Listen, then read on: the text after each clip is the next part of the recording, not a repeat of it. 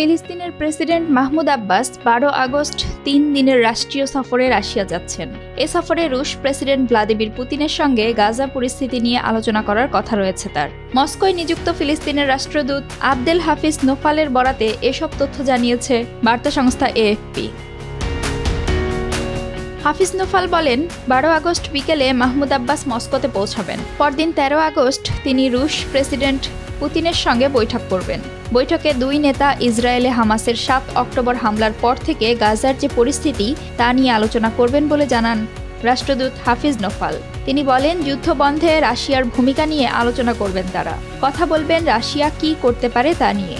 রাশিয়ার সঙ্গে ফিলিস্তিনের সুসম্পর্কের প্রসঙ্গ টেনে হাফিজ নোফাল বলেন, অত্যন্ত কঠিন পরিস্থিতির মধ্য দিয়ে যাচ্ছি আমরা। রাশিয়ার সঙ্গে আমাদের সম্পর্ক ঘনিষ্ঠ, ফলে চলমান পরিস্থিতিতে আমাদের পরস্পরের সঙ্গে আলাপ আলোচনা প্রয়োজন।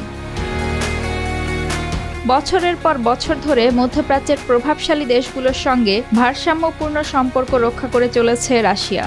এর মধ্যে রয়েছে ইসরায়েল ও ফিলিস্তিনও। কিন্তু হামাস ইসরায়েল যুদ্ধ ও ইউক্রেনে রুশ আগ্রাসনের পর মধ্যপ্রাচ্যে ইসরায়েলের শত্রু হামাস ও ইরানের সঙ্গে সম্পর্ক বৃদ্ধি করেছেন পুতিন। গত 7 অক্টোবর হামাসের হামলার পর গাজায় ইসরায়েল যে নির্বিচার হামলা চালিয়ে চলেছে তার সমালোচনা করে যাচ্ছে রাশিয়া।